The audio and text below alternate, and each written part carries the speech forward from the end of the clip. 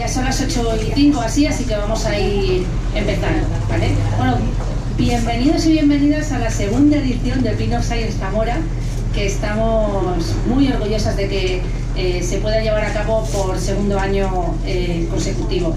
Sabéis que en España es la quinta edición de Pin of Science y bueno, no hace falta que os explique porque estáis aquí, entonces es que ya sabéis lo que es. Bueno, ¿cuántos habéis estado el año pasado? Una curiosidad que se me acaba de presentar. ¿Veis? Pues veis cómo ya no hace falta que lo explique. En cualquier caso, son charlas de investigadores e investigadoras que salen de sus laboratorios, de sus centros de investigación y vienen hasta aquí a contarnos qué hacen de ciencia en su día a día, ¿no? O a explicarnos cosas de ciencia que tienen base de ciencia para que podamos entender la realidad que nos rodea, que es científica, de otra manera. En cualquier caso, todo esto tiene lugar gracias a unos patrocinadores a nivel nacional, como son la plataforma Precipita, FMC y Vadillo Asesores, sin los cuales no sería posible la edición nacional de Pin of Science, y luego nuestros patrocinadores locales, sin los cuales no sería posible el Pin of Science de Zamora, ¿vale? En nuestro caso, tanto la Fundación Caja Rural de Zamora como Cervezas Bermeja, de los que tenemos aquí ya sus representantes, son nuestros patrocinadores, y luego también colabora con nosotros tanto el Ayuntamiento de Zamora, por ejemplo, teniendo aquí a Marta, nuestra intérprete de signos, como el propio Avalon Café, ¿vale? Esos son nuestros patrocinadores locales y nuestros colaboradores. Dicho lo cual, os tengo que comentar que durante estos 3 días, seguro que conocéis la revista Investigación y Ciencia, que es bastante conocida, pues durante estos 3 días del Pin of Science a nivel nacional tiene una promoción en el que si os suscribís os hace un 30% de descuento en la suscripción anual. Es poniendo este código Pin of Science 19 y durante estos 3 días, si os queréis suscribir, sois bienvenidos y tenéis ese descuento.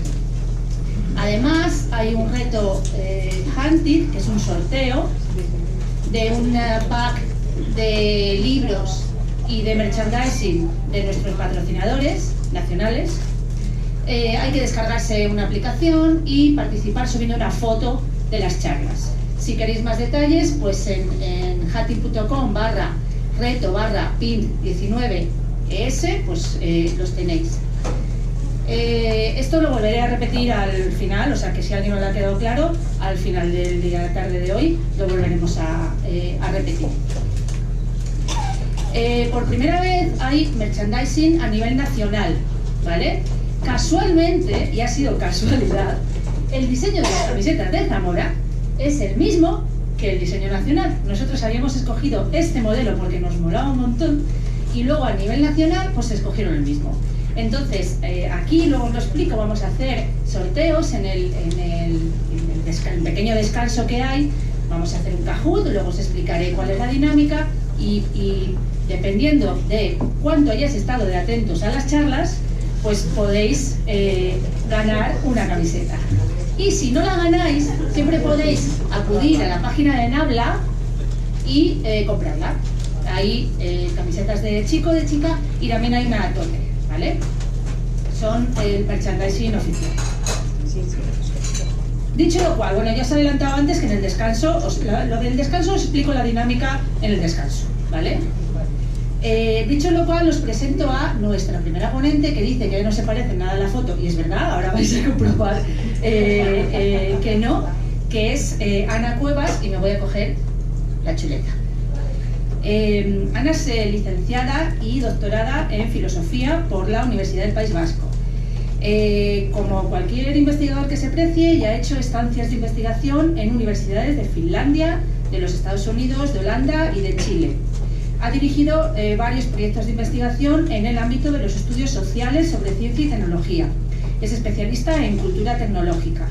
Y desde hace 18 años trabaja en el área de lógica y filosofía de la ciencia de la Universidad de Salamanca, donde además actualmente dirige el departamento de filosofía. Ella no va a hablar de cambio climático, ella no va a hablar de por qué se produce o cómo funciona el sistema climático. Ella nos va a intentar explicar qué intereses hay detrás, si es que los hay, de esa pretendida actitud escéptica que tienen los negacionistas del cambio climático, ¿vale? Que siguen negando la existencia del cambio climático. Así que nada, le vamos a poner el micro, yo cambio la presentación y os dejo con ella.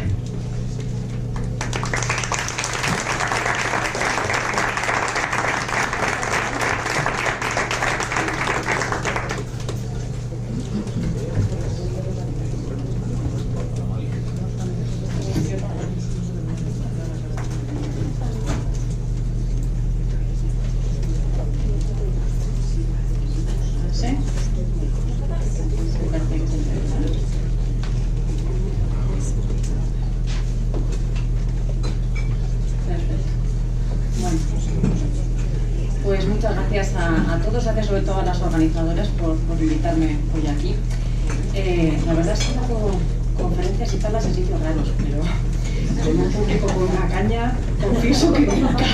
Algún viernes por la mañana llegaban a clase los estudiantes un poco perjudicados, pero nunca en un ambiente así, lo cual es, la verdad es que es un placer, porque salimos, es bueno salir de las aulas y yo creo que además, como ya os ha dicho Marta, yo me dedico a la filosofía de la ciencia, y entonces, por lo general, los científicos ya se están animando a salir un poco más a la calle y a explicar lo que están haciendo y demás, pero posiblemente los filósofos lo hagamos menos. No sé por qué, aunque yo creo que tenemos tanta o más responsabilidad que los propios científicos, ¿no? Efectivamente me dedico a la filosofía de la ciencia y a la filosofía de la tecnología también. Es un ámbito dentro de los estudios de filosofías, y alguien, bueno, imagino que la filosofía a todos más o menos nos suena del bachillerato, o igual alguno incluso hasta estudiado la carrera. Pero bueno, la filosofía de la ciencia es un ámbito un poco raro, porque entre los filósofos nos consideran científicos y los científicos nos consideran algo muy malo. Sí, por lo general suelen pensar que narices hacemos nosotros hablando de ciencia, ¿no? Cuando nosotros nos dedicamos a las humanidades. Y bueno, cierto y falso, o sea, las dos cosas no son, yo diría que también la ciencia es tenemos que pensarlo así, como un producto, un resultado del trabajo humano. Y la filosofía no es más que eso también. Y en su origen yo creo que la filosofía y la ciencia parten del mismo principio, un principio de indagación sobre el mundo. La ciencia ha buscado sus estrategias para responder a ciertas preguntas, y en la filosofía pues seguimos, eso es uno de los posibles efectos que nos encuentran los científicos, seguimos formulándonos preguntas, es decir, disfrutamos más preguntando que contando respuestas. Bueno, os voy a hablar de argumentos sobre el cambio climático. Para dejarlo claro, cuando estamos hablando del cambio climático, estamos hablando de una variación del estado del clima, pero se produce en largos periodos de tiempo, y además la peculiaridad del cambio climático que estamos viviendo ahora mismo es que parece ser que hay un acuerdo en la comunidad científica que depende en gran medida de nuestra intervención, de la intervención de los seres humanos en épocas recientes, por nuestras actividades, sobre todo nuestras actividades tecnológicas, ¿no? De esto hay acuerdo en la comunidad científica. O sea, puede haber ciertas discrepancias con respecto a la velocidad en las que este cambio se va a producir, cuántos grados va a subir en los próximos 40 años, pero que se está produciendo. De hecho, el cambio, digamos que no hay duda, ¿vale? Bien, no hay duda. Por supuesto, ¿qué sucede? Que en ciencia, la ciencia tiene una característica, es precisamente que no se aceptan las cuestiones de forma dogmática. Es decir, también, obviamente, dentro de la propia comunidad científica hay quien puede cuestionarse cuáles son los motivos, si realmente el factor de intervención humana es quien determina completamente el cambio o no, pero eso, insisto, es parte de cómo se hace la ciencia, ¿vale? Bueno, esta es la otra definición, la definición que se propone desde la Convención del Marco de las Naciones Unidas, pero bueno, un ruido por aquí, que no sé si soy yo, pero no sé por qué. Bueno, voy a procurar no mover mucho, lo cual es un poco difícil en mi caso. Bien, pero se percibe o podemos encontrar, y seguro que muchos de vosotros, me vais a permitir que os tutee porque estamos en el pan, nos voy a tratar de usted. Muchos de vosotros seguro que habéis leído, escuchado a gente que se proclama escéptica con esto del cambio climático. Es decir, bueno, yo no sé si realmente se está produciendo o no, en realidad siempre ha habido variaciones en el clima, cuando yo era pequeño ya pasaban estas cosas, ¿no? Esto lo oímos frecuentemente. Pero hay que tener claro una cosa, la percepción que nosotros tenemos del clima no es en lo que la ciencia se basa. La ciencia no se basa en percepciones individuales o subjetivas, ¿vale? La ciencia y los datos se recopilan de otra forma. Es decir, si hay un consenso en la comunidad científica no es porque todos se han puesto a decir, es verdad, efectivamente, yo percibo que hace, yo qué sé, llueve más que hace 15 años. No es así, obviamente, ¿no? Sabemos que la ciencia requiere, para llegar a acuerdos, de una serie de evidencias suficientemente sólidas para poder llegar a ciertas conclusiones. Bien,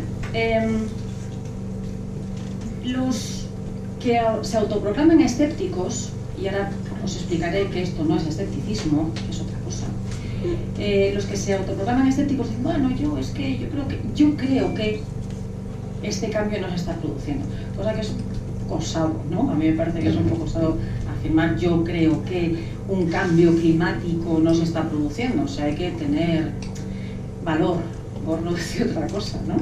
Afirmar eso a título individual. Y bueno, hay otros que dicen, bueno, puede ser que se esté produciendo, pero en realidad no depende en ningún caso de nuestra actividad o nuestra intervención en el mundo, sino que depende de otros factores, porque ya sabemos que ha habido otros momentos, se apelan a datos científicos, ha habido otros momentos en el desarrollo geológico de la Tierra en donde se han producido cambios. Entonces, bueno, esto simplemente es otro cambio más, o sea, no depende de nosotros, ¿no? Esas son dos de las estrategias. Bien. ¿Y por qué esto no es escepticismo? Bueno, el escepticismo, como os decía antes, es una actitud que caracteriza a la ciencia, ¿vale? O sea, ser científico implica ser escéptico. No ser negacionista.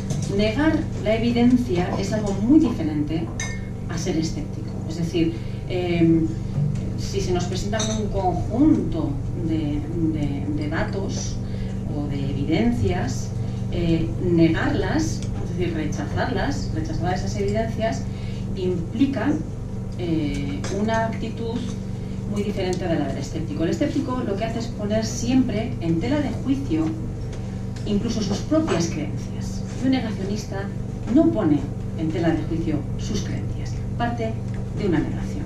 Y por lo general esa negación tiene, y se pueden rastrear, intereses espurios, es decir, uno niega porque sí.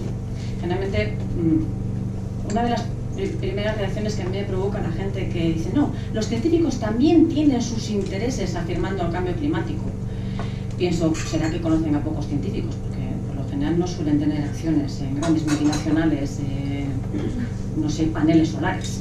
O sea, si fuese esa la estrategia sería graciosa, pero generalmente no es el caso. Simplemente, bueno, tienen evidencia y nos la muestran, ¿no? Mientras que lo que sí es curioso es ver cuáles son las razones que hay detrás de la gente que niega el cambio climático. Bien. Hay un argumento que se suele manejar por los negacionistas, que es esa sospecha con respecto a la ciencia. Bien, esto es algo que también, o sea, no está mal tenerlo, ¿vale? O sea, también creo que forma parte de la sana actitud escéptica. Somos conscientes de que la ciencia requiere de financiación para producirse y en ocasiones hemos leído que detrás, por ejemplo, de una financiación de un fármaco pueden estar los intereses de una empresa, de una multinacional, y esto puede dar lugar efectivamente a cierto fraude. Esto pasa. Como la ciencia, decía antes, es el producto de la actividad humana, también es el resultado del trabajo de seres humanos, los científicos no son seres angelicales y puros, ajenos a cualquier tipo de influencia negativa. Son personas como cualquier otra, ¿vale? Y por lo tanto, bueno, pues a veces sí se dejan convencer intereses no legítimos, podríamos decir, o ajenos a lo que sería la práctica científica, ¿no? Lo malo y lo bueno. Lo malo es que este tipo de actitud dentro de la ciencia genera esta actitud de recelo y de sospecha, porque si uno lo hace, ¿por qué no lo hacen todos? Lo cual es un poco injusto, porque no lo aplicamos por lo general al resto de los colectivos. Pero hay una virtud que tiene la ciencia que posiblemente no tengan otras instituciones humanas, y es el hecho de que la sanción contra los que cometen un fraude proviene desde la propia comunidad científica. Son los propios científicos los que sancionan ese tipo de actitud, ¿vale? Entonces, bueno, está bien mantener una actitud de sospecha, pero hasta cierto límite, ¿de acuerdo? O sea, la sospecha no nos puede paralizar en la acción. Hay cosas que están bien y cosas que están mal, y hay ciertas recomendaciones que son buenas y ciertas recomendaciones que son malas, ¿de acuerdo? Bueno, ¿cuál es la estrategia negacionista? La estrategia negacionista, que además ahora se usa profusamente, comenzó hace unas décadas, además vinculada, esta estrategia surge vinculada a cuestiones fundamentalmente de ciencia y tecnología, pero lo curioso es cómo actualmente, digamos que ha calado en prácticamente todo el discurso político. La estrategia negacionista sigue o inaugura la línea de lo que ahora se denomina posverdad, que seguramente es un concepto que nos suena a todos también mucho y que lo asociamos más con la política, ¿verdad? O sea, la posverdad, voy a proponer una definición, no consiste simplemente en mentir, ojalá fuese solamente eso, ¿no? Sino que la posverdad juega con que a quien yo le cuento la mentira le importa un pimiento que yo esté mintiendo. Es decir, está perfectamente dispuesto a creerse todo lo que yo diga. Ahí es donde radica la diferencia, porque mentir en política se ha hecho siempre, ¿verdad? La propaganda siempre ha exagerado datos. Es decir, todos estábamos acostumbrados de una forma u otra a que se mintiese en cierto discurso, es decir, a saber que, bueno, la verdad se retorcía también, ¿no? Pero la posverdad ahora lo que marca la diferencia fundamental es el hecho de que el que está escuchando lo que yo digo no va a poner en tela de juicio mi discurso, mi afirmación, porque de cierta forma está dispuesto y de hecho está como vencido ante la idea de que es mejor que me cuentes esa mentira, me la creo, la repito mucho, además la repito en muchos ámbitos y al final no se acaba convirtiendo en una verdad, se acaba convirtiendo en un lugar común, ¿vale? Bueno, pues esta es la estrategia que comenzaron a utilizar los negacionistas. Bien, surge asociado con otros negacionismos, ¿vale? Esta asociación de Advancement of Sound Science Coalition se crea en Estados Unidos con la estrategia de fomentar la duda con respecto a la ciencia. Lo dicen en sus bases, ¿de acuerdo? O sea, no me estoy inventando nada y podéis acudir, no esconden nada, es lo más alucinante. Lo hacen con toda la intención de poner en duda lo que dicen los científicos. Esto surge en Estados Unidos, donde digamos que es una sociedad bastante proclive a tener mucho recelo con la clase intelectual. O sea, los intelectuales son gente peligrosa, ¿vale? Bueno, en la década de los 90 del siglo pasado, esta fundación, esta asociación, comienza a recibir donaciones, es curioso, de ExxonMobil, una empresa petrolífera, curioso, ¿no? Y comienzan a difundir datos en su página web que lo que hace es poner en duda lo que dicen los científicos. Y esto es muy fácil, o sea, es tan sencillo. Uno sabe una página web y puede poner en ella lo que quiera. No hay ningún filtro, ¿vale? Nadie te va a cerrar una página web porque niegues los datos científicos. Bien, esa es la primera cosa que hacen. Y bueno, os pongo aquí una referencia que si alguno tiene interés luego os la mando, muy interesante, sobre cómo hay que proceder. Y lo dicen claramente, ¿eh? O sea, cuál es la estrategia que hay que llevar a cabo para negar un hecho científico. Dicen, bueno, lo que hay que hacer, es la cita, os lo pongo en inglés pero os lo cuento, es muy sencillo. Hay que reclutar a gente del ámbito científico. Da igual si son especialistas en el tema. Eso es lo de menos. Lo importante es que sean científicos. Y a esta gente mandas a campus universitarios, a dar charlas Y claro, ¿qué pasa? Que uno cuando se sube aquí o se pone, ¿no?, en un aula o en una sala de conferencias, si es científico y está negando lo que la comunidad científica dice, claro, ya uno empieza a escucharle quizás con un poquito más de atención, ¿no? Bien, y también dice, hay que asegurarse cobertura mediática. Y esto es algo que lamentablemente la prensa entra en el juego con mucho gusto, ¿vale? Me imagino que os habéis fijado cuando hay debates en la televisión o en la radio sobre este u otros temas. Por ejemplo, otro gran fiasco, la homeopatía. Bueno, ¿qué es lo que hacen? Pues generalmente los medios de comunicación, por aquello de preservar el equilibrio, ¿vale?, ponen en la misma mesa a 3 científicos y 3 pseudocientíficos, como si tuviesen el mismo peso y la misma relevancia unos y otros, ¿vale? Y lamentablemente no todas las opiniones valen lo mismo. Es así de crudo. Sobre algunos temas hay gente que sabe más y hay otra gente que sabe menos, ¿vale? Y la prensa juega a eso, ¿no? Vamos a ser equilibrados, vamos a ser ecuánimes, vamos a poner el mismo número de científicos y el mismo número de gente que va a negar esto, ¿no? ¿Y qué sucede? Que así se comienza a generar la duda. Y si es una duda que además nos conviene tener, pues mucho mejor. Porque claro, la perspectiva primero de que se va a producir, que se está produciendo un cambio en el clima derivado de nuestra forma de vida, pues bueno, a nada que uno haga 2 más 2, sabe que una de las cosas que igual tiene que hacer es cambiar su forma de vida. Y esto no nos gusta. O sea, cambiar de repente nuestros hábitos cotidianos no nos hace gracia, ¿vale? Nos gusta nuestra vida tal y como es, igual de cómoda, sobre todo, obviamente, en el primer mundo.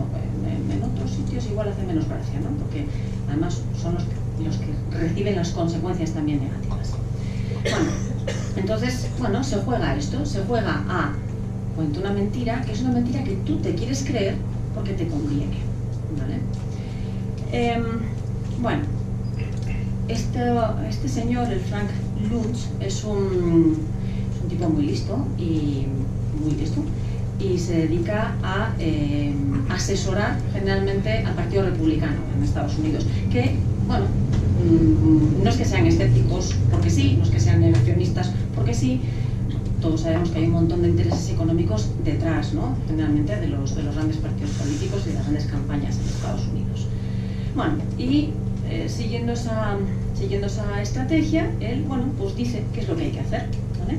Qué es lo que hay que hacer para conseguir convencer a la gente de que la estrategia negacionista es tan científicamente válida, porque ahí es donde radica la cuestión. No es que uno niegue porque sí, es decir, no es que uno niegue decir, me importa un pimiento, porque es otra posibilidad perfectamente legítima.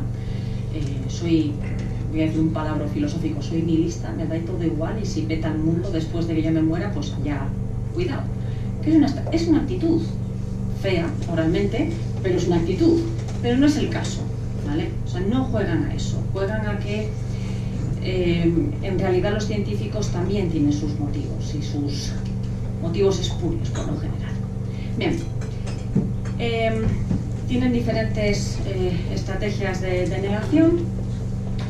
Niegan que se está produciendo un cambio climático significativo, claro, porque si os dais cuenta, la variación del clima es pequeña, es decir, es muy difícil percibirlo desde el punto de vista de una vida humana, ¿vale? O sea, generalmente los cambios en el clima se producen en periodos mucho más largos. Este se está, digamos, comprimiendo, ¿vale?, por nuestro efecto, pero es difícil de percibir, no es una cosa que vaya subiendo de grado en grado, de día en día, ¿vale? Y por supuesto niegan que nosotros con nuestra actividad tengamos nada que ver con el cambio, ¿vale? Bueno, y otra posibilidad también es esta, ¿no? Es negar que nosotros podamos hacer nada ya para evitar el desastre. Esa es la mejor estrategia de todas, ¿vale? Porque es como ya de perdidos al río. Entonces ya me da todo igual. Y a fin de cuentas, bueno, pues vamos a aprovechar el tiempo que tenemos aquí, nuestros coetáneos, vamos a pasárnoslo bien, vamos a quemar CO2 todos como locos, no vamos a cambiar de coche, ni a cambiar de estrategia de vida, ni nada por el estilo, porque ya total, hagamos lo que hagamos, esto ya está condenado al desastre. Bueno, voy a saltar para llegar un poco hacia el final, porque ya tengo que ir acabando. 10 minutos tengo todavía, muy bien. Fenomenal. Bien, vamos a... sí, aquí. Posiblemente podemos plantearnos, bueno, ¿y qué hacemos en contra de esto? ¿Qué podemos hacer todos y cada uno de nosotros? Es difícil, la verdad es que es una situación muy complicada, sobre todo porque yo creo que todo esto se viene acompañado con un cambio en la forma en la que tenemos de comunicarnos entre nosotros. Todo esto tiene, la idea de la posverdad también ha cambiado, yo creo que tiene la estructura y la prevalencia que tiene hoy en día, fundamentalmente por la forma en la que tenemos de acceder a la información, ¿vale?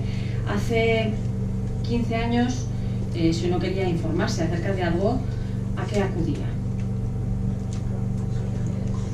¿A alguna idea? A la biblioteca, ¿vale? A la biblioteca. A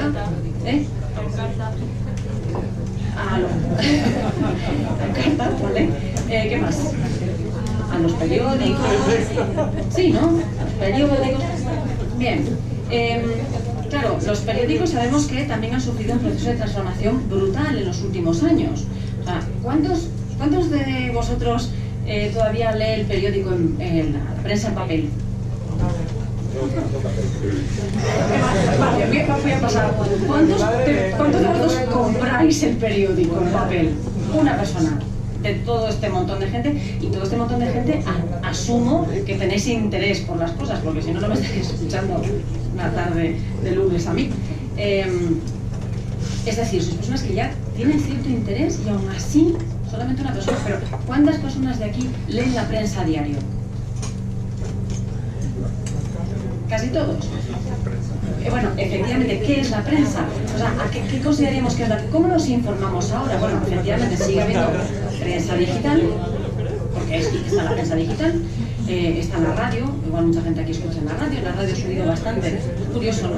Todo el mundo pensaba que la radio se iba a morir y al final, al contrario, o sea, es un medio de comunicación que está cobrando cada vez más fuerza, sobre todo, bueno, para los podcasts, ¿no? Pero, ¿cuántos de nosotros leemos la prensa directamente en el ordenador? Casi todos. Y muchos de nosotros seguro que tenemos o Twitter, o Facebook, o Instagram, ¿no? Muchos, ¿verdad? Claro, ¿qué sucede? Todos sabemos, y esto es una estrategia que también los negacionistas emplean y que sobre todo emplean aquellos que están más, digamos, a favor de la posverdad. ¿Qué empleamos para...? Si yo quiero contar una mentira, ¿vale? ¿Qué me debe emplear?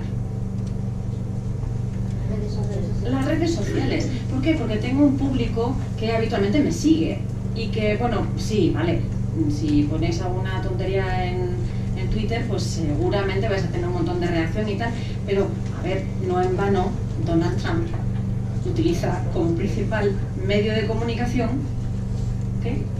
Twitter, efectivamente. ¿Por qué? Primero, porque es más fácil soltar un titular en esos pocos caracteres. O sea, si Donald Trump tuviese que elaborar un discurso más largo, seguramente no podría, ¿no? Pero ¿qué pasa? Tiene una repercusión enorme. O sea, cada vez que dice una tontería en Twitter, todos nos enteramos, porque tiene mucho eco, ¿vale? Pero hay otro fenómeno con las redes sociales que también que se ha estudiado, y es el hecho de la generación de la burbuja. Si os dais cuenta, seguimos a gente que nos interesa. Es muy raro que nos pongamos a leer twitters de gente que aborrecemos políticamente. Es muy raro que sigamos en Facebook a gente que no está alineada con nosotros ideológicamente, ¿vale? Mientras que los medios de comunicación tradicionales, que también, por supuesto, tenían su, digamos, sesgo político, todo lo tenía, pero, bueno, quien más, quien menos se tomaba la molestia de vez en cuando de leer la otra prensa, de dar un vistazo aunque fuera, ¿no? Pero ahora no, ahora con las redes sociales tenemos una burbuja en donde estamos metidos. Y esa es la burbuja perfecta para la posverdad, porque lo que leemos, lo que vemos, lo que escuchamos, es lo que refuerza nuestras creencias. Y aquí ya está, es el círculo perfecto. Nadie nos contradice en nuestras creencias. Entonces, si yo sistemáticamente digo que el cambio climático no existe y todos mis amigos están de acuerdo conmigo y solamente nos alimentamos de gente como esta, que lo que hace es decir, basándose en mentiras, que el cambio climático no existe, al final estoy absolutamente convencido de que el cambio climático no existe. O sea, es una verdad que no voy a poner en discusión, por supuesto, porque me conviene no ponerla en discusión. No soy escéptico, soy negacionista. Y ahí es donde radica todo el truco del asunto. Y es algo que los políticos, los grandes empresarios, la gente que en realidad tiene buenas razones para seguir con la forma de vida y con el modo de producción que tenemos hoy en día, han encontrado un nicho perfecto. Ya está, ya no me hace falta mentir, porque la gente está dispuesta a tragarse mis mentiras. Ya no estoy mintiendo, puedo decir lo que quiera. Y aquí es donde radica la belleza del asunto. Claro, ¿qué podemos hacer? ¿Qué recomiendo yo hacer? Bueno, primero, por supuesto, creo que una de las cosas más importantes que hay que hacer es fomentar lo que se podría llamar una actitud científica en la vida. Y esa actitud científica consiste en no quedarse simplemente con los datos que corroboran mis hipótesis. Los científicos no hacen solamente eso, intentan poner a prueba sus hipótesis para ver si son ciertas o no. ¿Vale? O sea, esto es la falacia de la confirmación. O sea, siempre voy a buscar aquello que está más de acuerdo con lo que yo pienso. No, esa no es una buena actitud en ciencia. Y es una actitud que nosotros tampoco deberíamos tener como ciudadanos, me refiero. ¿Qué otra cosa podemos hacer? Bueno, aparte de eso de indagar, abrir nuestras posibilidades, hay que leer a los negacionistas. Hay que ver qué estrategia tienen, hay que ver a dónde van, hay que discutir con ellos, hay que sacar a la luz y evidenciar cuáles pueden ser los motivos que están detrás de su discurso. Porque claro, lo mismo que ellos se dedican a decir que los científicos tienen motivos espurios, bueno, vale, vamos a partir de que todo el mundo tiene motivos espurios. Ustedes también, ¿no? Entonces vamos a ver quiénes pagan, quién paga sus campañas, quién paga toda la infraestructura que hay detrás de esta gente, y qué intereses puede haber detrás. Y en función de eso, pues podemos tomar una decisión u otra. Bueno, me ha llamado la atención porque además ha sido este fin de semana, por lo tanto no me ha dado tiempo a incluirlo en la presentación. Ha habido un cambio que yo creo que es muy interesante, para que veáis cómo las palabras cuentan. Y esto es una cosa que el Lunch lo tiene muy claro. The Guardian, el periódico británico, ha sacado en su nueva, ¿lo has visto, verdad? En su nueva hoja de estilo ha dicho que ya no se debe hablar de cambio climático, se tiene que hablar de crisis climática. ¿Por qué? Porque un cambio en principio no tiene por qué ser a mal. Los cambios son cambios que acontecen y a veces hay cambios en la vida que son para mejor, ¿verdad? Pero una crisis ya es otra cosa. Y además una crisis implica que no solamente va a tener repercusiones desde el punto de vista científico, sino que tiene repercusiones en nuestra vida, en la estructura social, en lo que va a acontecer. Y es que es así. O sea, en el lapso, lo vamos a ver, en el lapso de 15, 20 años, si seguimos vivos, vamos a ver cómo se van a producir muchos cambios. De hecho, ya se están produciendo. Muchas de las migraciones que se producen hoy en día, migraciones humanas, prefiero, no de otros animales, muchas de esas migraciones están ocasionadas por el cambio climático, indirectamente o no indirectamente, ¿de acuerdo? Entonces, tenemos que abrir los ojos, tenemos que resistirnos a que nos cuenten mentiras y a creérnoslas, y sobre todo tenemos que ampliar el foco de información. Y yo creo que también tenemos que actuar de pantalla de reverberación, es decir, cada uno de nosotros tenemos una función con nuestros vecinos, si somos profesores, con nuestros estudiantes, con nuestros amigos, y explicarles qué es lo que está pasando y que, o sea, queramos o no, nuestra vida, nuestra forma de vida va a cambiar. Y es mejor que comencemos a hacerlo nosotros de forma responsable antes de que los cambios vengan impuestos desde fuera y de forma mucho más brusca y radical, porque los cambios se van a producir y la crisis está ahí, va a producirse. Entonces yo creo que la estrategia de Waden es muy interesante. No vamos a hablar de cambio, vamos a hablar de crisis. Y igual también os acordáis que antes hablaba de calentamiento, ¿no? Y luego pasó a hablarse de cambio, que es un término más neutro, precisamente por la influencia de esta gente, es lamentable. Bueno, pues a partir de ahora yo creo que es mejor que hablemos de crisis, en lugar de hablar de cambio climático. Vale, y esto era lo que quería comentaros y me ha ajustado el tiempo, ¿verdad? Vale, muy bien.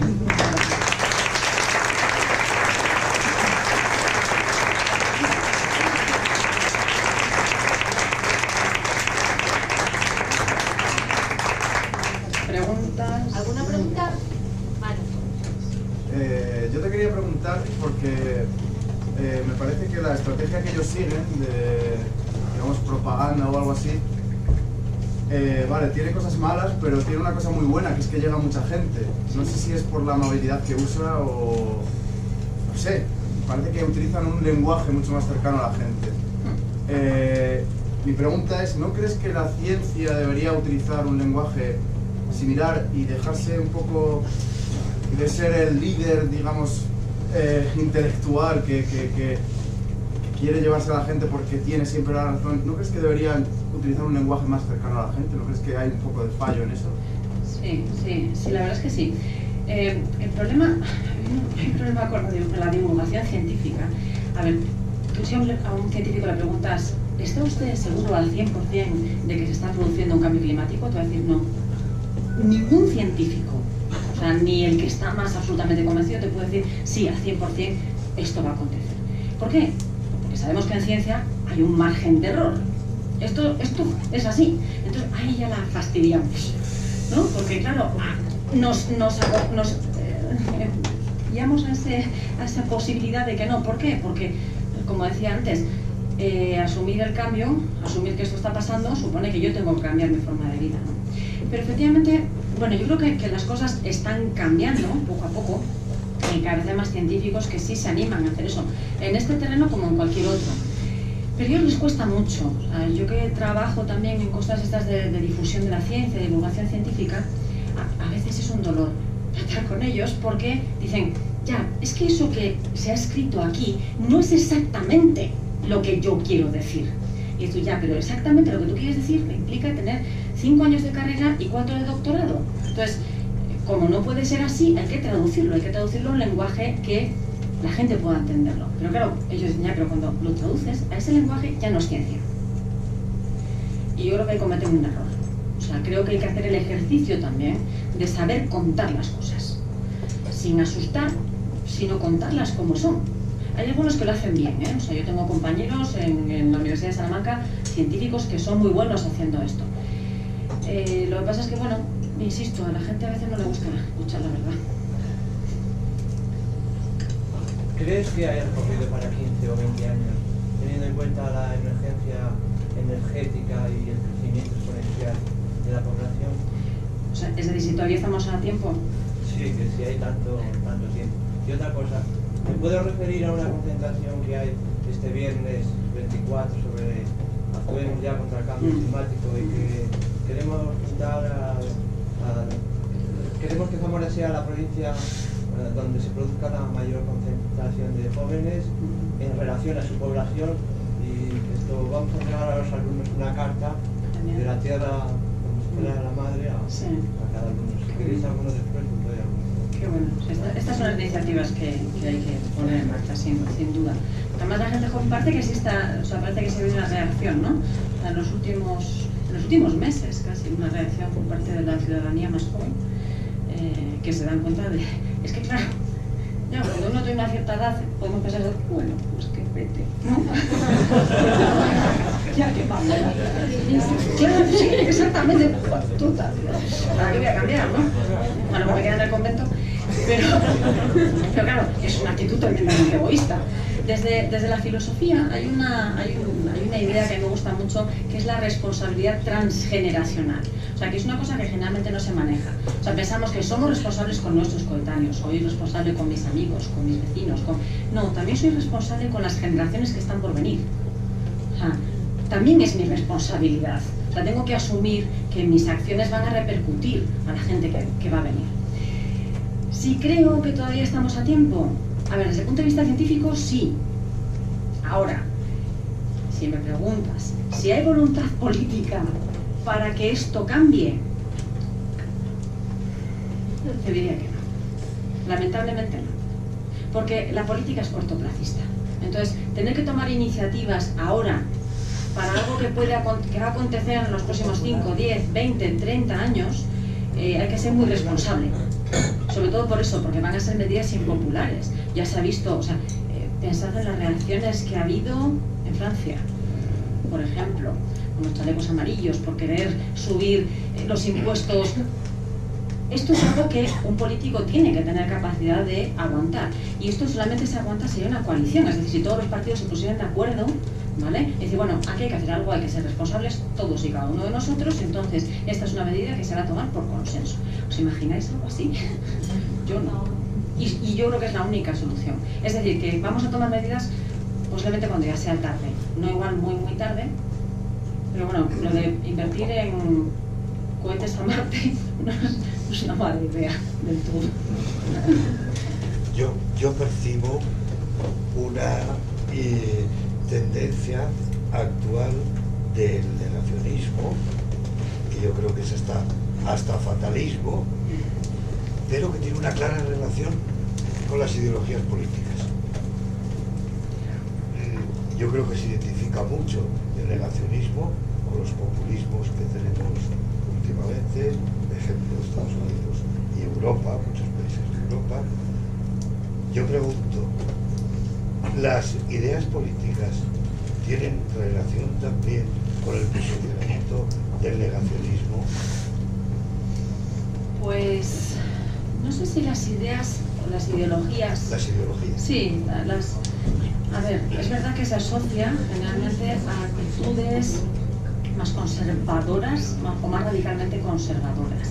Lo que hay una actitud en Norteamérica que es buenísima, que es ser anarcoliberal, que es fantástica, son las mejores. Es decir, me da igual el mundo, o sea, si me importa un pimiento el resto y yo voy a la mía, que es algo que en Estados Unidos tiene cierta prevalencia y cosa que aquí llegará, porque todo llega, ¿no? Pero posiblemente tenga más que ver con una actitud de reacción ante el cambio y reacción ante la evidencia. Es decir, las personas que se alinean dentro de ciertas ideologías que tienen esas características, que tienen la característica de mejor estar como estamos y no cambiar nada, o de escepticismo con respecto a la gente, los intelectuales, que siempre se ha sabido son todos una pandilla de revolucionarios, sí, yo creo que sí se asocia más a ese tipo de partidos. Lo que no necesariamente implica que tenga que ser así, ¿vale? Porque también están, o sea, las reacciones, por ejemplo, hay reacciones de protección de la naturaleza que pueden estar asociadas perfectamente con ideologías bastante conservadoras. De hecho, los movimientos de protección del medio ambiente surgieron también en gran medida por personas que eran más bien de derechas, podríamos decirlo, o muy conservadores. O sea que no está necesariamente asociado, pero que se manifiesta así. Pues muchísimas gracias, Ana. Nada, un placer.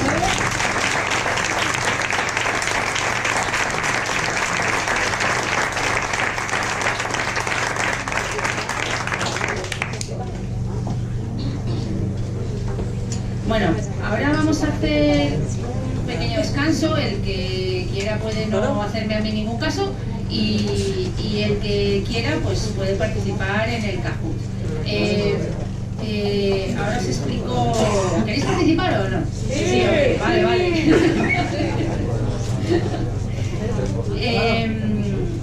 Para participar en el Kahoot necesitáis el teléfono móvil, ¿vale? Entonces, yo voy avisando. Nosotros los Kahoot los hemos preparado con las presentaciones que nos pasan los ponentes, porque no les escuchamos antes de hacerlo.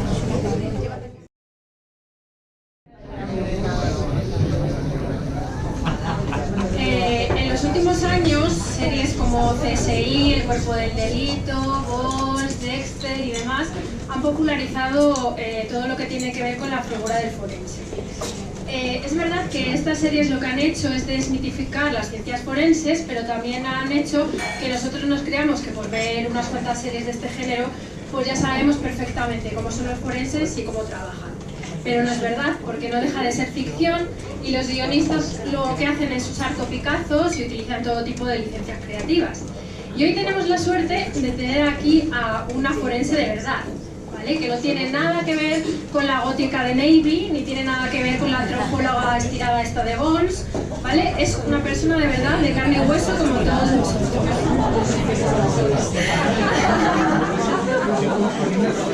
Bueno, pues ella es Esther García y es licenciada en Medicina y Cirugía. Su tesis doctoral la hizo sobre el Partido Judicial de Ciudad Rodrigo en Salamanca y ha trabajado durante 15 años en el Instituto de Medicina Legal y Ciencias Forenses de Zamora y León, ¿vale? Con ella lo que vamos a hacer esta tarde, el resto de tiempo que nos queda, es jugar a identificar. Vamos a jugar como a una especie de quién es quién, ¿vale? ¿Os apetece? ¿Sí? Pues vamos a ello.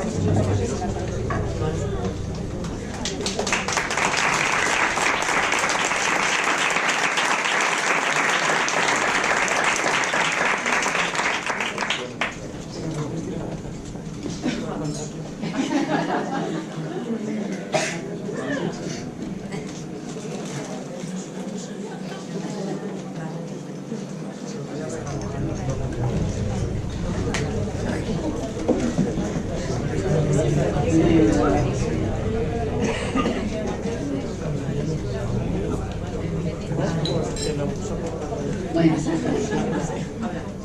yo creo que sí que se oye, ¿no?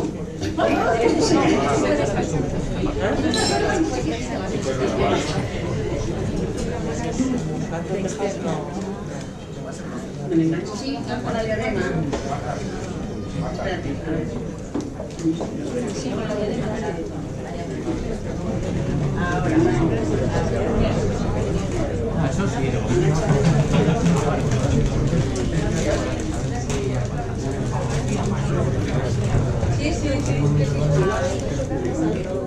A ver, ahora ya.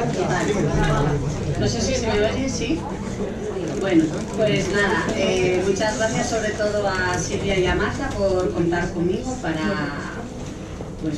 el Teams of Science, que me encanta, es una idea genial y la deberíamos de hacer más veces. Bueno, porque a mí yo creo que voy a estar así, como las famosas. Venga. Bueno, pues nada, sí que es cierto que los forenses nos identifican siempre con los cadáveres, pero realmente es una pequeñísima parte de nuestro trabajo. No obstante, como es así lo que más suele gustar, pues vamos aquí a mezclar un poco vivos y muertos y sobre todo respecto al tema de la identificación. ¿Cómo procedemos a identificar a personas? No es lo mismo identificar a personas vivas, que están bien, a personas que son cadáveres y que llevan 3, 4 o 20 meses por ahí perdidos o solo ahí están los huesos. Obviamente la dificultad es mayor. A día de hoy generalmente se hace en colaboración con la policía. De hecho, la identificación en principio es una cosa policial, pero cuando interviene un cuerpo y ya hay más dificultades, pues ya interviene el cuerpo médico del juzgado, ¿vale? Que en este caso del Ministerio de Justicia, que somos los médicos forenses. Así en grandes rasgos, para no confundir. Bueno, pues esta foto así, que es muy liosa, es el sistema de Bertillonaje. Y se llama así porque lo inventó un señor que se llama Bertillon, como veis, súper original. Entonces, este era un señor, ¿vale?, cuyo padre y hermano eran médicos y estadísticos. Y entonces esto es muy importante.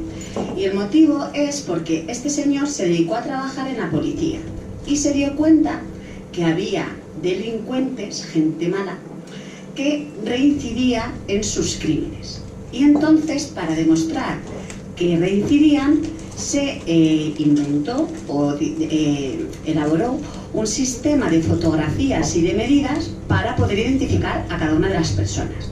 Y para esto obtuvo la ayuda de su padre, que además era antropólogo, y de su hermano, de los dos, con la parte médica y además con la parte estadística. Y esto era importante porque, claro, si yo digo, una persona cuya oreja mide tantos centímetros y la cabeza mide otros cuantos, o yo tengo un 35 de pie, pues claro, son 3 factores, 3 medidas que obviamente va a ser más fácil encontrar a otra persona con esas 3 medidas. Y aquí consiste en identificar a una sola persona, con lo cual se diseccionó, o sea, se elaboró un sistema con un montonazo de medidas, como podéis aquí ver, para que la posibilidad de identificar a una persona fuese única, es decir, que hubiese muy pocas posibilidades de encontrar a otra persona igual. Cuantas más medidas había, menos probabilidades había de error. Entonces, como todo, pues hay errores. Y este se hizo de oro, pero finalmente aparecieron las huellas dactilares y a mayores hubo un caso en el que se identificaron a 2 personas con esas mismas medidas, con lo cual el vertillonaje se vino abajo. No obstante, a su favor, y por eso lo menciono, es que Bertillon era un tipo bastante inteligente y además pues muy creativo, como podemos ver. Incluso llegó a confeccionar aparatos para proceder a hacer medidas muy extrañas. Y lo que además se elaboró y confeccionó fue un sistema para hacer lo que se denominaron fotografías métricas, que de hecho a día de hoy se siguen utilizando. Son fotografías de escenas del crimen, ¿vale?, que se utilizan. Él dijo que en un principio, cuando se llegaba a un crimen, pues que no podía tocarse nada, se tenía primero que fotografiar, y además en esa fotografía no podía ser así de cualquier manera, sino que se tenían que ser pues frontales, laterales y a mayores añadir una cinta métrica, lo que se denomina testigo métrico, y con ese testigo métrico podría saberse a posteriori la medida exacta de determinados objetos que estaban en esa fotografía. Y como digo, es importante porque a día de hoy es un método que se sigue utilizando. ¿Ves? Bueno, pues esto es una medida del pie, que es una medida de las más sencillas, pero que sirve también para identificar. Eso de que vemos, usa un 38 y entonces va por aquí, pues sirve, por ejemplo. Y entonces aparecieron las huellas dactilares. Realmente las huellas dactilares sí que tuvieron importancia en el ámbito policial justo después de Bertillon, unos años después. Pero realmente existen incluso estudios que han observado que se utilizaban incluso para hacer contratos en tiempos muchísimo más remotos. Por ejemplo, en la India, cuando la gente no sabía escribir, se usaban pues como firma, o incluso se han llegado a ver en objetos para marcar, por ejemplo, los ladrillos cuando se edificaban las casas, etcétera, etcétera. Con lo cual, a pesar de que desde el punto de vista policial se utilizan justo después de Bertillon, ¿vale?, sí que es cierto que se conoce su existencia como identificación para una persona desde mucho tiempo anterior, ¿vale? Y este sistema se basa en un estudio de los surcos y de las crestas de cada una de las... Aquí se ven, estos son los surcos y luego las crestas, que es lo que sobresale. Y entonces con esas figuras que se van formando se verifica si una persona es quien es. De hecho, es el sistema que se utiliza aquí en España, ¿vale? Para que esos puntos que se estudian forma parte igualmente de la estadística. Cuantos más puntos se estudian o coinciden, obviamente habrá más seguridad de saber quién es esa persona, ¿vale?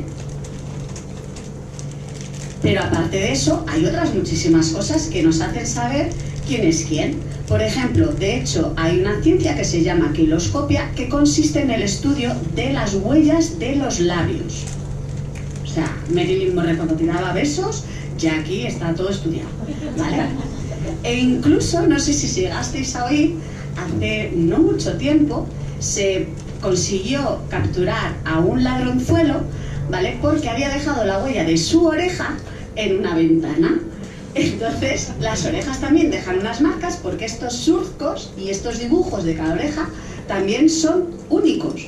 Y entonces, gracias a eso, a esa impronta que dejó la oreja de este ladronzuelo canalla, pues se le pudo llegar a coger. Es que no estamos libres. Hago mención también, desde el punto de vista médico, es muy interesante los grupos sanguíneos. A día de hoy está el DNA, que lo mencionaré en último lugar porque obviamente es la técnica por excelencia para identificarnos. Pero antiguamente, cuando no había esas técnicas tan elaboradas de laboratorio, pues incluso con el tipo de sangre tú ya sabías si era o no era el padre, por ejemplo. O otras muchas cosas. Si tú veías una gota de sangre en un lugar del crimen, tú ya sabías que tenía que ser grupo A, B o etcétera, etcétera, ¿vale? Entonces, todo esto ha ido avanzando con el tiempo, pero que aún así, cuando no tenemos nada de nada, sirve de base para poder iniciar una investigación. Bueno, pues ahora vamos a empezar a jugar, a identificar, ¿vale?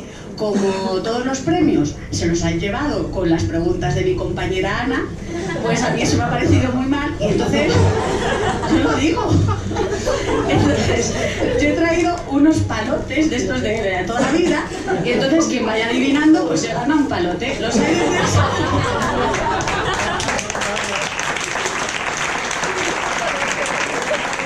A mí me han dicho que esto es para todos los públicos y entonces esto va a ser así. Los hay de 3 sabores, según vayan desapareciendo: Coca-Cola, sandía y fresa de toda la vida.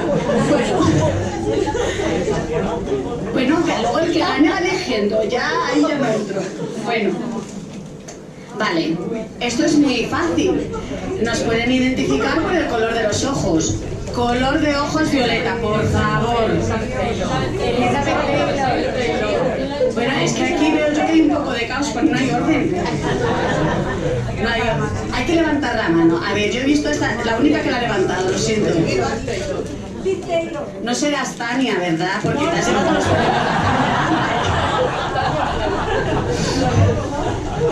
Vale, Liz Taylor. Efectivamente. Un palote. Luego vienes y me lo pides, que los tengo aquí escondidos. ¿En serio? Bueno, segunda cuestión. Bueno, esto viene porque el color de los ojos, el iris, es muy importante. Entonces vamos a ver otros iris especiales. Tita. Bueno, fuera, pichada. Escucha, ¿cómo te llamas? ¿Cómo te llamas? Gabriela, es que ya has dicho una, deja participar. A ver. Muy bien, David Bowie. David Bowie, que me he enterado que hay otra famosa por ahí, Elena Naya, que tenía un ojo de cada color. Yo es que estoy muy poco puesta. David Bowie, además guapísimo. A ver, siguiente. Bueno, no solamente...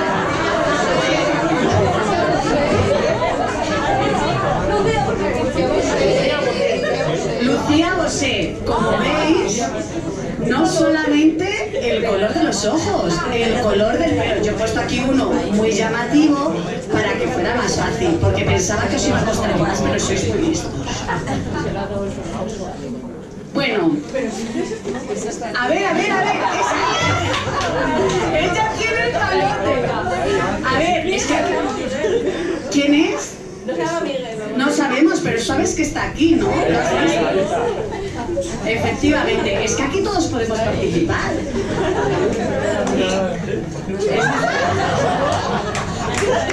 Muchas gracias.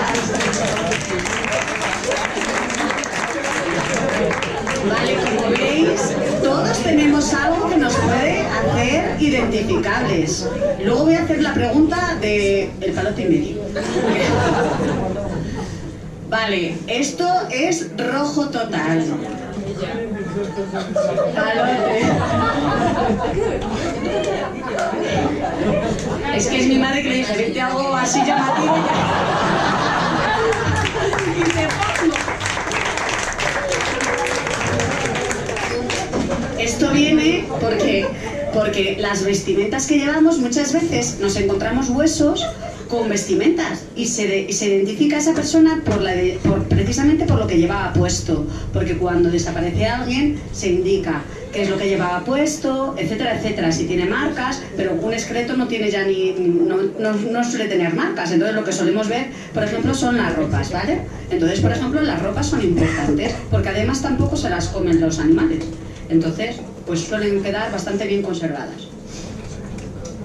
Otra cosa que suele quedar bien conservada son los piercings, ¿vale? Entonces, no es lo mismo el típico agujero que tenemos casi todas las mujeres, ¿vale? Pero sí, estos son algunos específicos, pero a mayores no solamente es importante la existencia o no de los piercings, sino también del propio pendiente, del propio piercing en sí. Hombre, si es un aro que es muy habitual, etcétera, etcétera, va a dificultar, pero si es un aro en un sitio concreto, dorado o con un colgante, pues obviamente también nos va a facilitar las cosas, ¿vale? Y siempre muy llamativos, en definitiva. Bueno, aquí es otra persona que está aquí presente. A ver quién la adivina. Además, tiene dos cosas. Es que se ve un poco mal, pero mirad, tiene el pelo de un color verde azul y el pendiente. El señor de la escalera. Marta. ¿Pero porque la conoces? Marta tiene el pelo y luego tenía ahí el... Ah, pero hay que estar al loro, hay que estar al loro, claro. Aquí no se regalan palotes así como así. No. Esta es Marta, además con la camiseta del Prince of Science, que está fenomenal. Bueno, venga, otro.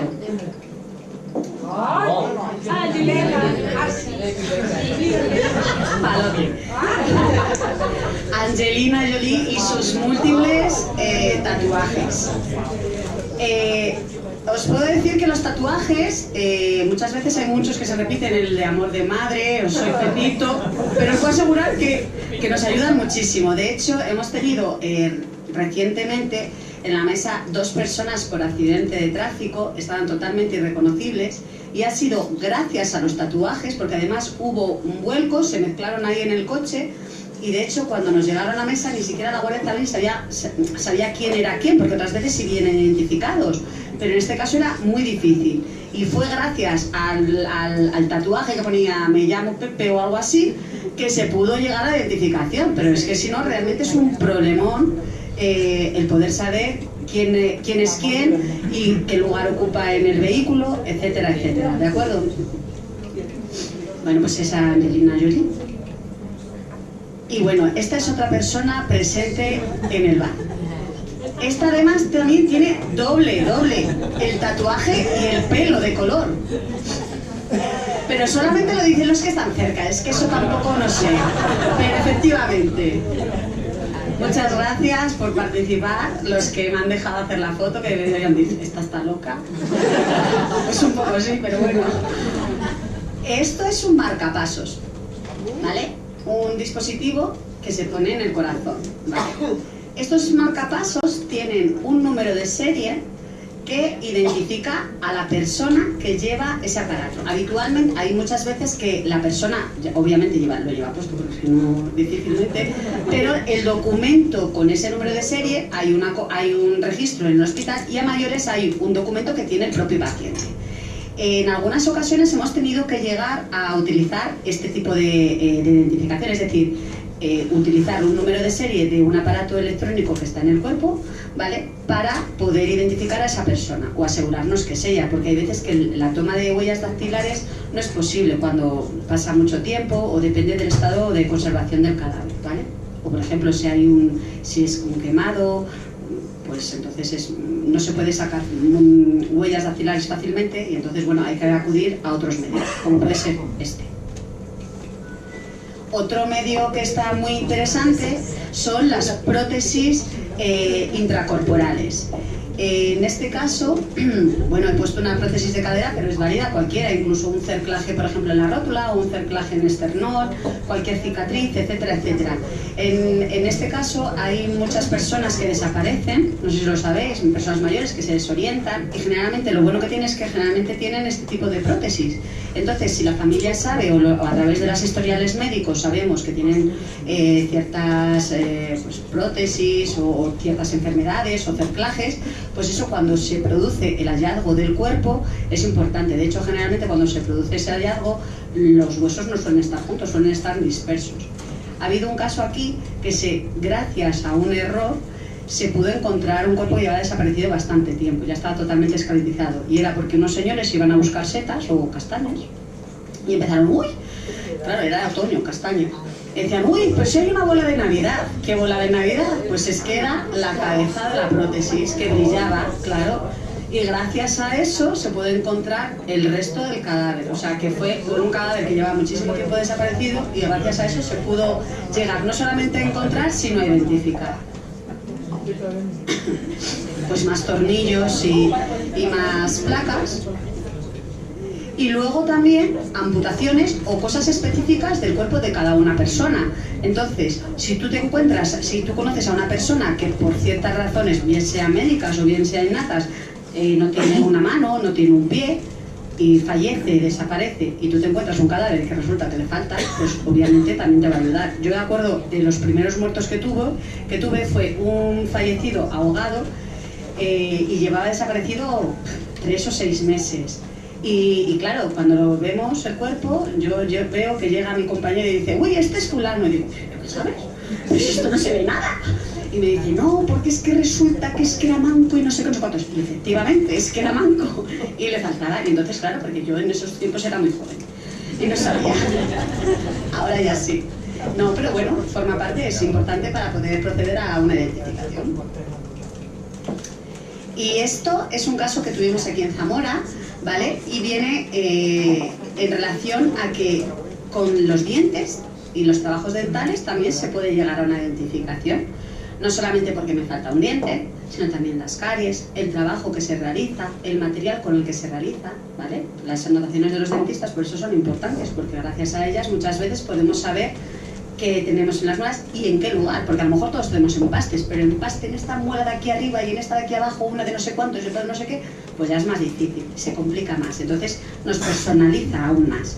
Y este fue el caso de una persona desaparecida que no se sabía quién era, y se la identificó gracias a los implantes dentales. No tenía dientes, pero tenía implantes, un montón de implantes. Estos implantes tienen una inscripción en el interior del tornillo del implante y gracias a esa inscripción y en puesta en común con la casa del material se pudo identificar a la persona que llevaba los implantes y por tanto a la persona que había fallecido. En definitiva, muchas veces nos encontramos huesos sueltos, no nos encontramos a veces todo el cadáver, que facilita aún más la posible solución de la identificación, sino que nos encontramos huesos sueltos. Habitualmente, los huesos que nosotros preferimos encontrarlos, pues no son trozos pequeños, obviamente, que nos dificulta mucho el estudio, sino son huesos muy específicos que nos pueden dar escasa información, pero muchas veces valiosa. Por ejemplo, con el cráneo, con la pelvis, para nosotros es muy fácil identificar, por ejemplo, el sexo, ¿vale? A veces la raza, que ahora ya es más difícil porque ya cada vez hay más mezclas, pero también incluso con los huesos largos nos facilita también la altura, la complexión de la persona, ¿de acuerdo? Y entonces todo esto son pequeños datos que sumados a otros cuantos, por ejemplo, el lugar donde se halló, etcétera, etcétera, pues nos ayudan mucho a poder tener pequeños datos que nos pueden ayudar a la identificación. Además, en relación con los dientes, quería mencionar, y también con los huesos largos, son muy útiles porque en el interior, si están bien conservados, se puede proceder a la extracción de ADN, con lo cual es un dato y es un valor añadido a estas pequeñas piezas, ¿de acuerdo? Incluso los dientes son muy importantes porque son bastante resistentes a altas temperaturas. Entonces, claro, por ejemplo, una persona que está en el interior de un sitio y por ejemplo, hay un incendio, un gran incendio, y termina totalmente calcinado, pues si se permanecen esos dientes, pues claro, esos dientes muchas veces podemos extraer ADN, o si tiene, por ejemplo, una prótesis, o si tiene, por ejemplo, unos implantes, pues incluso también nos sirve para poderlo estudiar. Venga, que os veo muy serios, vamos a ver. A ver, esto es un super traje que a mí me gusta más el de mi madre, pero hay que ponerlo porque esta es una famosa. Bueno, pero a ver, yo no veo manos. Cristina Pedroche, este fue el de este año. El año que viene no, porque no lo sé todavía. Cristina Pedroche este año. Este vestido sí que, vamos, será ella sí o sí. Vamos a ver. ¿Esto qué es? Es que a mí se me da fatal cantar, yo lo hago por vosotros. Es que tú ya tienes un palote. Bueno. A ver, ya que no tiene palote, hay que compartir. Titanic, que es el corazón del mar que llevaba aquí Titanic totalmente. Claro, pues es lo que decía antes con los pendientes, con los piercings. Si una persona lleva una cosa muy llamativa, pues obviamente, claro, nos va a facilitar mucho. Por eso os digo, iros, vamos, con todos los oros puestos. Más. Pues aquí he puesto el Elton John porque no solamente es una cosa, también los objetos que llevan. Claro, los objetos, las fundas de Supermóvil, aquí he puesto es que esta mujer lleva de todo, entonces ya no sabía qué ponerla. Incluso las llaves, es que hay veces que decimos, es que tiene unas llaves, no sé qué, no sé cuál, y haces así, chin chin, y se ve en el coche. Pues es que eso ha pasado, decir, pues ya sabemos y ya tenemos ahí, ¿no? Por dónde empezar, ¿no? Las llaves de casa, las llaves del coche. Incluso si sabemos que hay personas que están enfermas o que toman algún tipo de medicación, generalmente las llevan con ellos, sobre todo los diabéticos. Entonces eso también nos facilita mucho la identificación. O bolsos o cosas, ya que eso ya cada uno lo que lleve. O lo que hay dentro del bolso. Porque muchas veces no es el bolso en sí, sino lo que hay dentro del bolso ya que dices, madre, esta que lleva. Yo he puesto aquí adornos varios, es que yo he hecho a lo grande, no voy a poner otra cosa. Entonces yo he ido ya a lo que brilla mucho. ¿Vale? Cualquier cosa nos sirve para poder identificar. Incluso, y por supuesto, el DNI. Vale, el DNI parece una cosa muy obvia y evidente, pero realmente no lo es. ¿Vale? ¿Y por qué no lo es? Pues os voy a contar lo que pasó de verdad, de verdad. Bueno, pues hubo además recientemente un accidente, no sé si os acordáis, hubo un accidente muy brutal en un autobús y se murieron muchísimas personas, ¿vale? Entonces encontraron a un cuerpo con un bolso. Cuando cogieron el bolso, resulta que ¿qué es lo que había en el interior? Pues el DNI de todas las personas. ¿Qué había pasado? Pues que era un autobús de estos del inserso con personas mayores y como eran muy despistados, la persona que llevaba todos los DNIs porque era más ágil era la guía o la encargada del grupo. Con lo cual, tú imagínate hacer una identificación ahí con los DNIs. Locura total. ¿Vale? Entonces, aunque parezca muy obvio, no lo es. Hay veces que ha habido ladrones no los voy a llamar tontos, pero bueno, poco listos, que han dejado, pues no las huellas, porque eso las podemos dejar todos, no sé cómo decirte, pero que se ha dejado la cartera con el DNI ahí. Entonces, claro, ya era un poco obvio que había estado ahí claramente, ¿no? Cualquier tipo de identificación, pues la cartilla de la Seguridad Social, cualquier tarjeta, el pasaporte en extranjeros, etcétera, etcétera. Bueno, y aquí os pongo una foto de un avión porque me gustaría comentaros pues una situación que a día de hoy nos afecta bastante. Son en relación a las listas de pasajeros. No sé si sabéis que cuando nosotros volamos principalmente se nos piden unos datos y se elaboran unas listas de pasajeros. Esas listas de pasajeros existen y están registradas para que en caso de accidente se pueda proceder a la identificación, porque es que realmente es muy difícil, porque hay grandes destrozos, hay mucha carbonización, etcétera, etcétera. Entonces, esas listas son muy importantes a día de hoy para poder saber quién está sentado en cada uno de los sitios. Problemón del día, low cost. Claro, es que no sé si habéis ido hace poco y habéis comprado, pues resulta que es que te dan, es que esto es como la lotería, el sitio que te toque. Entonces, ¿qué es lo que pasa a día de hoy? Que yo es que es mi protesta intensa. Pues que lo que sucede es que si yo me siento aquí, la otra persona allí, eso es lo que queda registrado realmente. Pero ¿cuál es la realidad? Que como yo me quiero sentar junto a esta otra persona y tal, bueno, pues que hay cambios y digo que no pase nada, porque es que al final a mí me va a llevar para ahí otra familia. Entonces, eso realmente es un problemón y no debería de suceder así, porque claro, o no se debería permitir. Yo no digo que yo creo que no se debe dar el asiento a lo loco, ¿no? Pero claro, a mí me dirán los de las compañías, tú calla bonita y si quieres, pues no te dejamos cambiar. O sea, no se debe de permitir esos cambios o se debe de modificar, porque claro, a día de hoy pasa algo y eso es la locura. Y finalmente, pues el ADN, que como todos sabéis, es bueno, pues el estudio principal y por excelencia para proceder a una identificación. De hecho, a pesar de que todas esas cosas anteriores que hemos dicho pueden servir para identificar de forma más o menos fehaciente a una persona, a un cadáver o a unos restos, siempre que es posible se va a confirmar con el ADN, ¿vale? Porque es lo que nos va a dar la seguridad, ¿vale? De hecho, incluso cuando en un sitio donde han habido restos y aparece al cabo del tiempo otro mini resto, se hace un estudio de lo que se llama reagrupación, es decir, que se verifica que ese resto pertenece a esa persona, etcétera, etcétera. Y bueno, eso es todo por hoy y que espero que os haya gustado. Es una pequeña parte y que bueno, pues los ganadores de los palotes, enhorabuena, pues que vengan a buscarlos.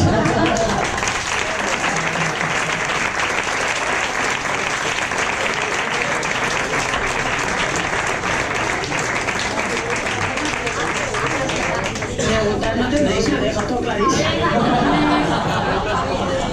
Queremos una forense de verdad, de estas que le podemos preguntar un montón de cosas. A mí se me ocurren unas cuantas. Si no lo hacemos, venga, va, animaros. Venga, ánimo. Hay veces que para identificar partes concretas del cuerpo, detalles que puedan decir que es una persona de otra, se necesita limpiar el cuerpo. ¿Se utilizan ciertos tipos de animales o no? ¿Cómo son las técnicas de limpieza de los cuerpos? Pero, para dejar los huesos. ¿Para dejar los huesos? ¿Es solamente cosa de Bones o...? No, vamos a ver, yo te explico. Vamos a ver, depende de cómo esté el estado de los restos. Me refiero, si quedan partes blandas, que es a lo que tú te refieres, por ejemplo, depende de qué tipo de parte blanda es. Por ejemplo, a nosotros, esas partes blandas para nosotros sirven para estudiar. Por ejemplo, el músculo sirve para ADN. ¿Vale? Por ejemplo, una víscera, dependiendo qué víscera, a mí me sirve para ver la causa de la muerte o me sirve incluso para hacer un estudio químico-toxicológico. Es decir, para saber si esa persona ha consumido, está bajo los efectos del alcohol, bajo los efectos de las drogas o si tomaba medicación. Con lo cual, nosotros es que somos muy ahorrativos y aprovechamos todo. No sé cómo decirte. Me refiero, todo lo que tenemos cuando son restos, tener en cuenta que partimos de muy poca cosa y nosotros el problema con el que nos planteamos fundamentalmente son las muestras. ¿Cuál es el problema de las muestras que puedo tomar yo a las que pueda tomar un laboratorio con una persona viva? La persona viva siempre va a poder dar su sangre y si no es un día es otro, o otro día me puede hacer un pis, o otro día, etcétera, etcétera. Pero en un cadáver no, el tiempo corre en nuestra cuenta, ¿vale? Para los estudios, porque además los procesos de putrefacción avanzan y eso me va a poder dar un error en los resultados que yo tenga, ¿vale? Entonces eso también hay que tenerlo en cuenta. Entonces, todo lo que se pueda utilizar y todo lo que se pueda usar para estudio se va a utilizar. No se va a desechar absolutamente nada, en principio, salvo que la cosa sea muy fácil, que sea un cuerpo más reciente, que se pueda hacer un estudio, pero si no, en principio no. Cuando se obtiene única y exclusivamente restos óseos, que a lo mejor vas por ahí, con pocas partes blandas, generalmente nosotros procedemos a hacer varios tipos de estudio. En primero es el estudio antropológico, es decir, de los huesos, ver si los huesos que hay, si pertenecen a un individuo, si pertenecen a varios, si el sexo, la raza, todos los datos que podamos obtener los vamos a tener. Y después sí que se procede a varios estudios. Primero, al estudio antropológico ya con microscopio y a mayores a la obtención, a intentar obtener ADN, ¿de acuerdo? Pero generalmente se utiliza una técnica de cocción, básicamente, es decir, para extraer lo que viene siendo lo que pueda quedar, lo poquito que pueda quedar en el hueso. ¿Vale? No sé si te he contestado. ¿Cuánto se tarda en pedir cuando tú pides una prueba de ADN? Porque en las series de repente aparece súper rápido, en la actualidad, de verdad. Cuando tú pides una prueba de ADN, ¿cuánto se tarda en darte los resultados? A ver, depende también de para lo que pides el ADN. Por ejemplo, vale, sí, pero para identificar qué. Para identificar a una persona que tienes dudas. Vamos a ver, nosotros, por ejemplo, pero cuando una cosa es que tú tengas una serie de dudas y ya tengas otros indicios de saber qué persona es, a que no tengas ninguna idea, a que sea un resto por ahí encontrado, y entonces, claro, también ahí, por ejemplo, generalmente los laboratorios nuestros, porque hay 3 laboratorios, hay varios, no, perdón, varios, más. Hay varios laboratorios que trabajan con la identificación con ADN y que están admitidos para la identificación per se, que son los de la Guardia Civil, los de la Policía Nacional, los de la Archancha y los del Instituto Nacional de Medicina Legal y Forense, ¿vale? el Instituto Nacional de Toxicología y Ciencias Forenses. Entonces, luego todos esos datos se vuelcan en una base que todo el mundo puede acceder, la base Codex, ¿vale? Para los desaparecidos, que es totalmente distinta a las que se utilizan para las personas que realizan actos delictivos, ¿vale? Entonces, obviamente cuando yo envío una identificación para ADN y que se intenta identificar para que la persona en concreto pueda enterrar los restos de sus familiares fallecidos, generalmente son más rápidos. ¿Qué es lo que sucede? Por ejemplo, nosotros ahora tenemos un caso bastante desgraciado que sí que se está alargando por el tiempo. ¿Por qué? Porque se obtuvo, depende de cómo hagas la identificación, se tiene que hacer siempre comparando con algo. Pues si yo tengo un hueso y tengo un ADN, me parece muy bien, pero ¿qué? ¿Qué hago? ¿Es que este ADN? No, es que yo no tengo una lista, este ADN funciona, no. Entonces, ese ADN es identificativo siempre y cuando yo tenga otra muestra con la que hay que comparar. Entonces, ¿un fallecido con qué se compara? Pues es muy difícil tener una muestra pre-mortem, pero hay veces que se tiene, pues porque es una persona donante, porque es una persona que resulta que tenía en un laboratorio tal, y entonces podría hacerse ese estudio con sí mismo, ¿vale? Pero que eso es lo más difícil. Lo más habitual es hacer una comparativa con un familiar. Entonces, claro, partimos de la base de ¿qué familiar? ¿Vale? Lo ideal serían los padres. Pero es que imagínate, si es una persona de 90 y tantos años que no tiene familia más, claro, ya el estudio depende de con quién lo compares. No es lo mismo comparar con un hermano, comparar con una hermana, comparar con un primo, comparar con un tío. Entonces, claro, eso es lo que hace que dificulte más el estudio y se alargue en el tiempo. ¿De acuerdo?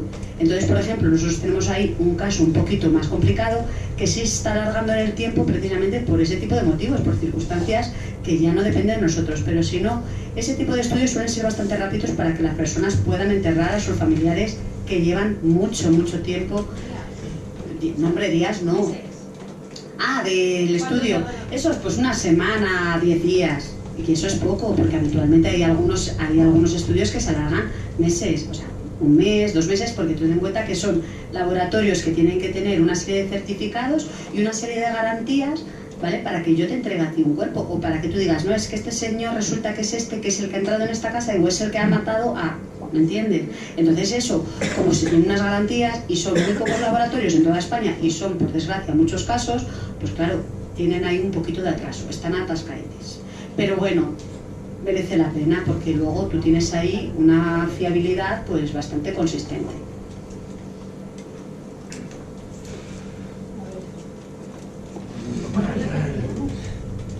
Tú como forense nos podrías dar 2 o 3 consejos por si queremos cometer un crimen para...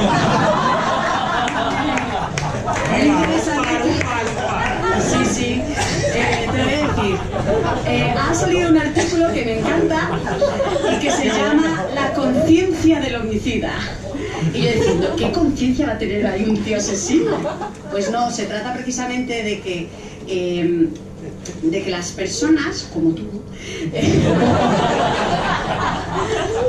pues cuando, claro, debido precisamente a todas estas series, van teniendo pequeñas nociones que sí que rozan la realidad, ¿vale? Porque sí que hay algo de realidad, es lo que, hombre, hay cosas que no, pero tal.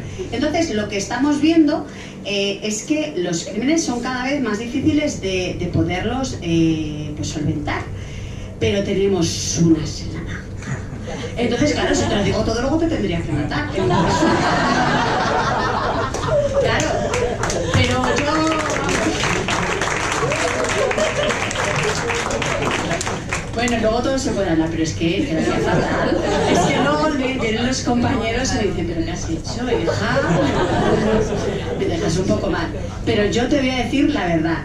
Para mí existen crímenes perfectos. Yo los tengo también debajo de la manga por si acaso me se pone todo. ¿Alguien más? ¿Cuál es el caso más difícil que habéis tenido?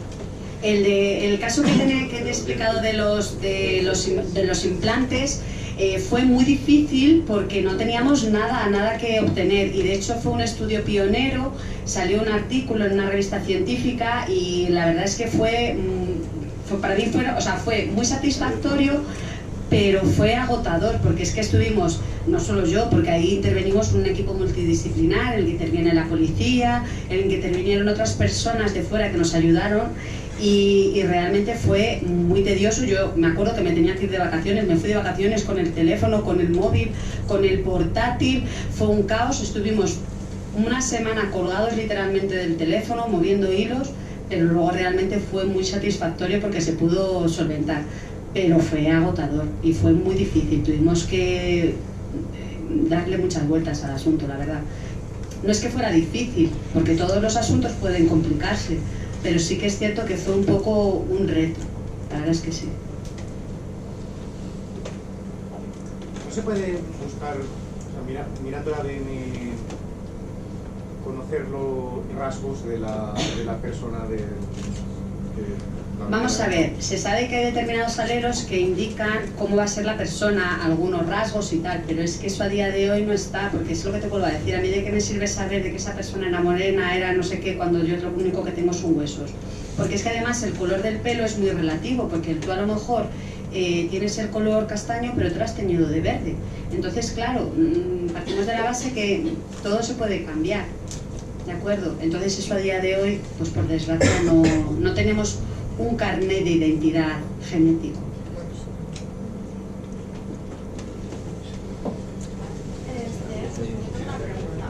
¿Cómo os enfrentáis a estar todo el rato trabajando, viendo cuerpos y la muerte tan de cerca todo el rato?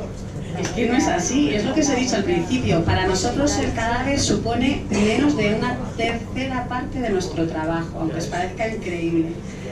Nosotros nos dedicamos a hacer muchísimas cosas. Todas las pericias en las que interviene un tema médico en el juzgado intervenimos, entonces es lo que más nos lleva tiempo. Los cadáveres son una pequeñísima, una única pequeña parte, entonces realmente, no sé, yo no tengo problema. Hombre, también es cierto que yo cuando digo tal, la gente me mira raro, pero vamos a ver, yo siempre lo digo, es que la imagen que creo yo que tenéis vosotros es, no sé, de un supercarnicero, algo así muy terrorífico, siniestro. Entonces, claro, es muy chocante cuando yo les explico, ahora vamos a ver, es que, por ejemplo, el acto de la autopsia es que es un acto quirúrgico.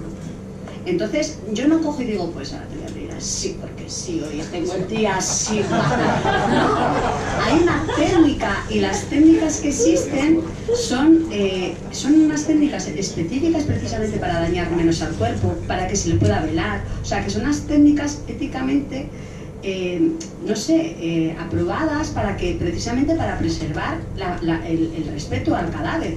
Sí que es cierto que son unas técnicas quirúrgicas adaptadas a lo que nosotros necesitamos estudiar. Entonces, claro, es que tú vas a operarte y te hacen así una rajita aquí. Claro, nosotros tenemos que estudiar la totalidad del cuerpo, entonces eso también es más complejo.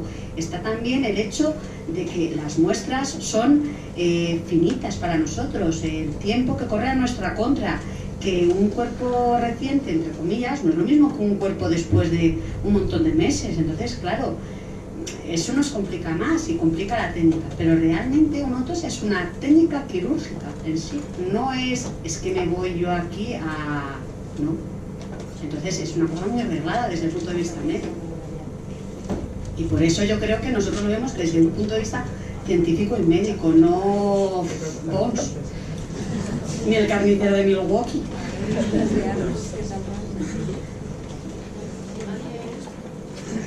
Bueno, muchas gracias.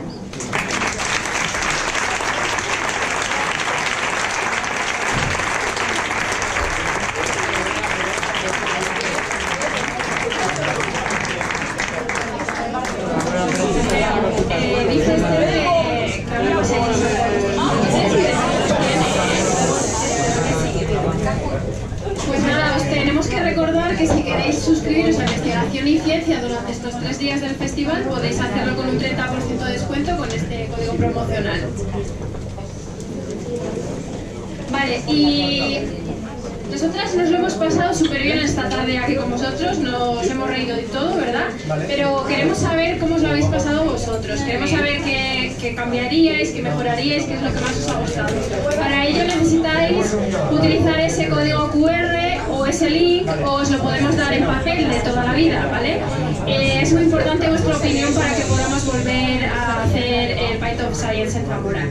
Y nada, pues muchísimas gracias por estar aquí y mañana nos vemos de nuevo, ¿no? Sí. Vale.